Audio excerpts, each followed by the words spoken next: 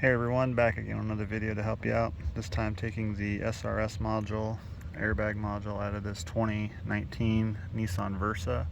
It's the same, I believe, from 2014 through 2019, but not quite sure on that. But in any case, this module needs to be replaced when your airbags deploy, or even if your airbags don't deploy but your seatbelt retracts and locks in place. When you replace those, this module will oftentimes need to be replaced, and I'm told that you can reprogram these to be able to use the same module again instead of replacing it with another one, but I don't know that for sure. I just saw it around on the internet. But to replace this, it will probably also include needing to be flashed or married to the vehicle that it's going into in order to remove your airbag light. But again, that's a little bit out of my expertise. This is just a, where is this module? How do I get to it? How do I replace it? And oftentimes companies will you can send them your old one and they can reprogram it or clear it or whatever the case is and send it back to you. Again, not an expert on that stuff. This is just a, where is it? How do I get it? And go from there. So in any case, what you'll need to remove this are as follows. I have an impact with a 10mm with an extension on it. You can use a ratchet, what have you. I have a T20 Torx head screwdriver. I have a Phillips head screwdriver and a flathead screwdriver as well. And then I have a 13mm. I have a 12 also, just in case, because sometimes they use 12s, but 13 is what you'll need.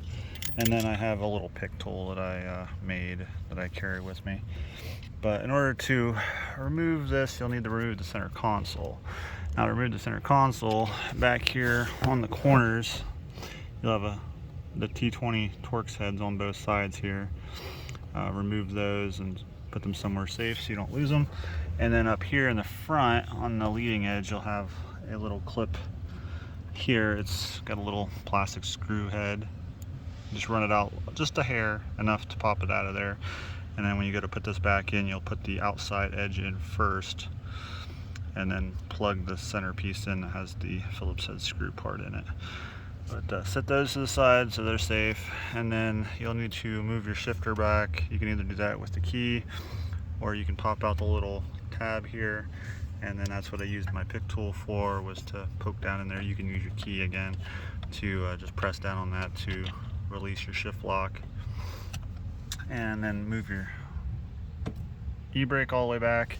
And then again, I didn't need to pull this all the way out. I've seen where people have taken it all the way out and had to unhook wires and stuff, but again, for the purpose of doing this, I didn't need to do that. So you just kind of take it back this way a little bit towards the rear of the car, just to kind of unwedge it from underneath the front up here. And then when you do that, then you'll have access down here to the module.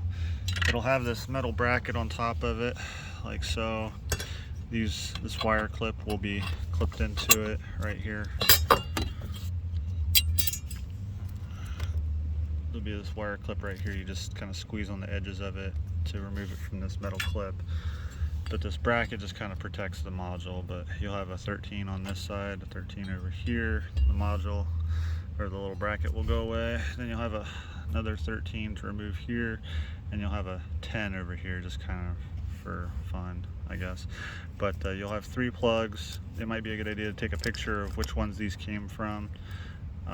This one over here comes from the passenger side, so it's kind of unmistakable about where that goes, but just kind of take a picture or something of it. Just kind of remember which ones these go into, so that way you can't mess it up putting it back together.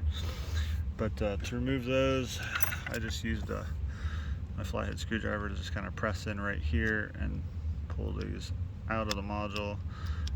Trying to squeeze on them with your fingers doesn't always work so well, so you're supposed to be able to just kind of squeeze on them, but I put my screwdriver right here underneath this little edge and removed it. But that's how you get this module out. And again, this is for any time your airbag goes off and you need to replace it, and also your seat belts. But look further into reprogramming and that sort of thing before you attempt this if you're doing it at home, just to make sure you know where you can get this done at in order to use your vehicle safely. That's the biggest thing.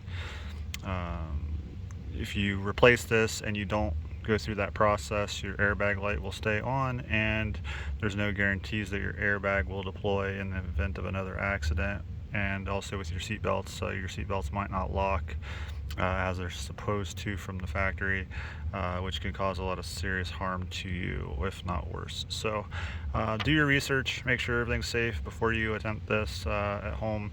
And if you like this video, drop a like down below, subscribe for more videos. I put these out to help people save some time and money, and that's what we can all use right about now. So thanks for watching. See you next time.